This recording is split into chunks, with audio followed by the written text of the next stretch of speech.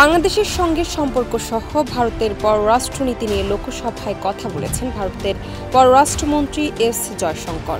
এ সময় তিনি বলেছেন, আমাদের প্রত্যাশা বাংলাদেশ তার নিজ স্বার্থেই সংখ্যালঘুদের নিরাপত্তা নিশ্চিত করতে ব্যবস্থা নেবে।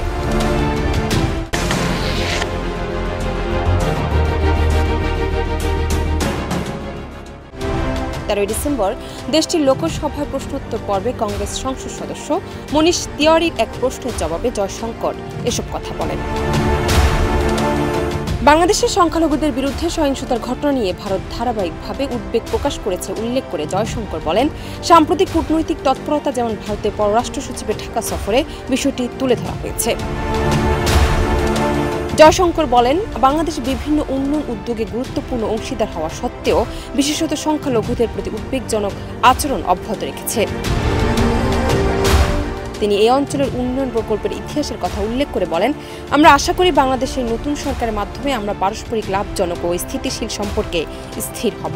এ সময় ভারতের পররাষ্ট্রমন্ত্রী বলেন, আমাদের প্রত্যাশা বাংলাদেশ তার নিজ স্বার্থে সংখ্যালঘুদের সুরক্ষার জন্য ব্যবস্থা নেবে।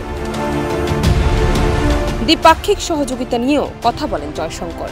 পার্শ্ববর্তী বিভিন্ন দেশের উন্নয়ন প্রকল্পতে ভারতের ভূমিকার কথা উল্লেখ করে তিনি বলেন, পাকিস্তান ও চীন ছাড়া আমাদের প্রতিবেশী প্রায় সব দেশেই গুরুত্বপূর্ণ উন্নয়ন প্রকল্প রয়েছে, বাংলাদেশের ক্ষেত্রেও তাই। জান্নাত নিপু, দেশ রূপান্তর।